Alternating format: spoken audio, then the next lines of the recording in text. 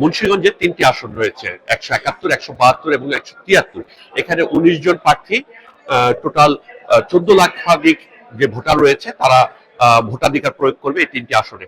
আমি রয়েছে মুন্সিগঞ্জ সদরের যে মুন্সিগঞ্জ 3 আসনটি রয়েছে, এখানে গজারিয়া এবং মুন্সিগঞ্জ সদর নিয়ে আসনটি।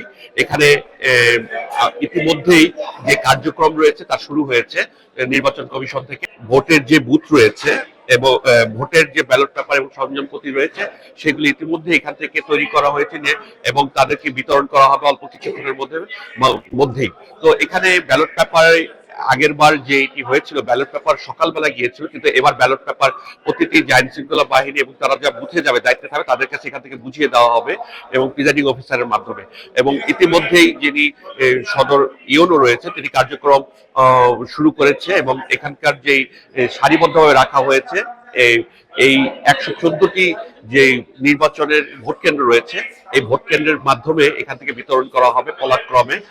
এবং বাইরেও আইন শৃঙ্খলা বাহিনীর যেই রয়েছে, নির্বাচনের যে দায়িত্বে রয়েছে, যে ভোটের কেন্দ্র রয়েছে, গ্রাম প্রতিরক্ষা বাহিনী, বিডিপি এবং পুলিশ যে সমন্বয় করে যে করা হয়েছে বুথটি, এবং এই বুথের যেই সরঞ্জামপত্র তারা নিয়ে রওনা হবে এবং ভোট কেন্দ্রেই পৌঁছে যাবেন বেলা শেষে, আমাদেরকে এরকমটাই জানিয়েছেন।